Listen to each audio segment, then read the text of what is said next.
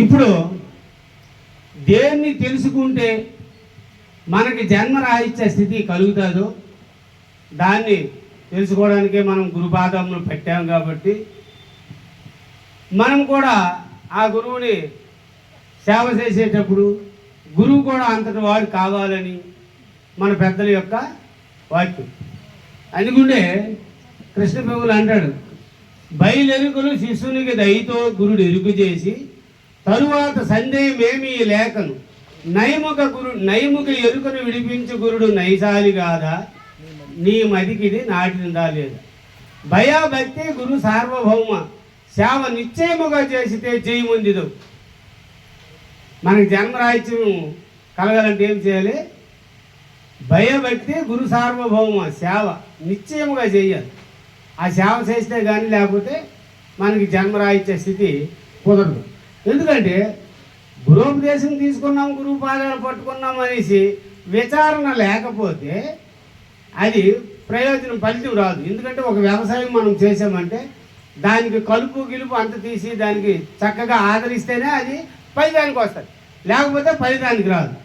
అట్లాగే ఇక్కడ ఏంటంటాడు, బయలెరుకులు శిష్యునికి దయతో గురుడు ఎరుకు చేసి. అంటే బయలంటే ఏమిటి అంటే మనకి భద్రాద్రామ శతకంలో ఒక పద్యం ఉన్నది, సగుణ నిర్గుణములు సదా సత్తులు నిరాకార సాకారములు గానిదేదో క్షేత్రజ్ఞ క్షేత్రములు జీవ జగంబులు కారణ కార్యములు గానిదేదో పాప పుణ్యములు బంధమోక్షంబులు జ్ఞాన కర్మంబులు గానిదేదు క్షరమక్షరములు సత్యమసత్యములు ఖండమఖండములు గానిదేదో రాకపోకలు చెప్పంగరానిదేదో నదియు కేవల పరిపూర్ణమనగనోపో రమ్య గుణధామ భద్రాదిరామ పరశురామ నరసింహ దాస సంరక్షిత. ఆయన ఈ పద్యంలో సగుణ నిర్గుణములు, సగుణం అంటే అర్థం ఏంటంటే ఓంకారముతో కూడుకొని ఈ జగత్తు వరక ఉండేటటువంటిది సగుణం. నిర్గుణం అంటే ఏమిటంటే అచించ అవ్యక్త రూపాయ నిర్గుణాయ, అది నిర్గుణం.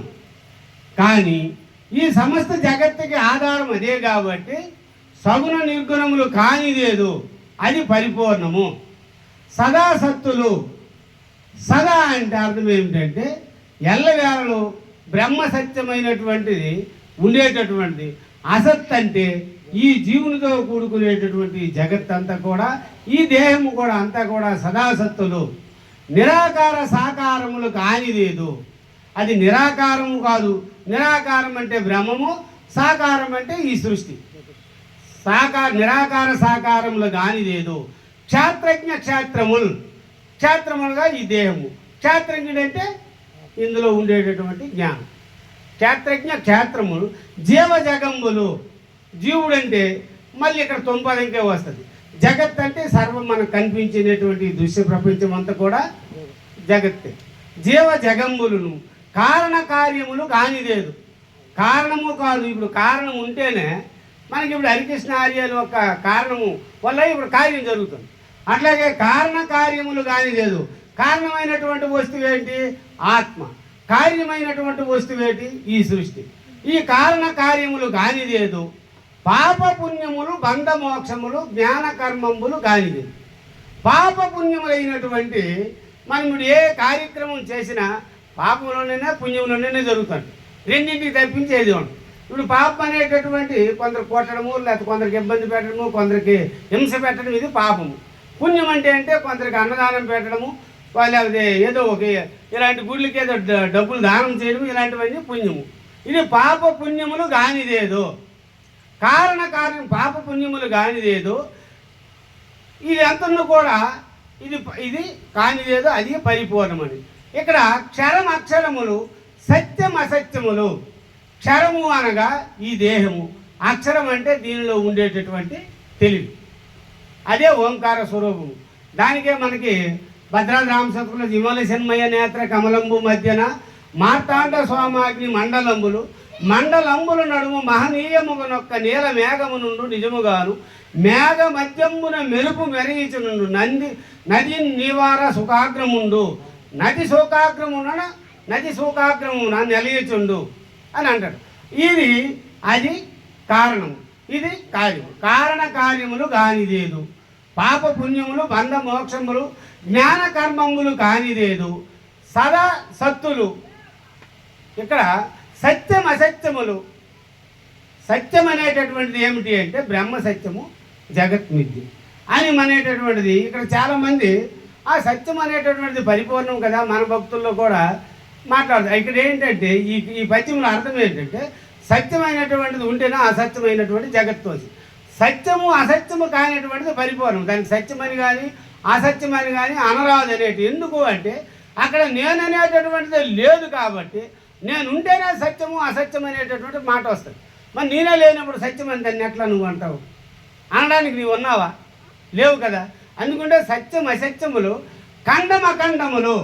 ఖండం అనగా ఏమిటి అంటే ఈ ప్రపంచం వల్ల కూడా మనకి కృష్ణదేవులు కందార్థములు చెప్తాడు. పిండ బ్రహ్మాండములు రెండింటిలో 2 అహములు ఖండములు 4 కూడి అఖండంబ వెలుగు రూపు గణనాథ అంటారు.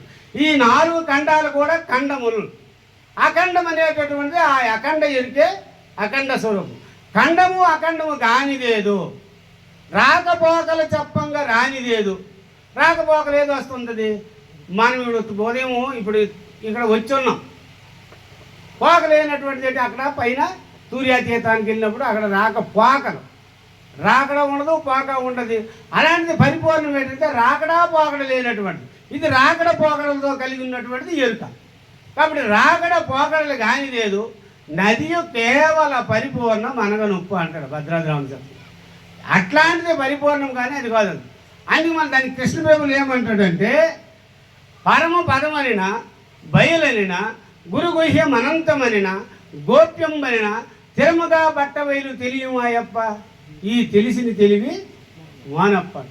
నువ్వేంతోటైతే తెలుసుకుంటున్నావో దాన్ని తీసిరాని అంటాడు. మనకు ఒక దగ్గర జ్ఞానం చేత ఎరిగే తెలివి చేతే తెలివిని తీసివేరిపోయిన అంటాడు.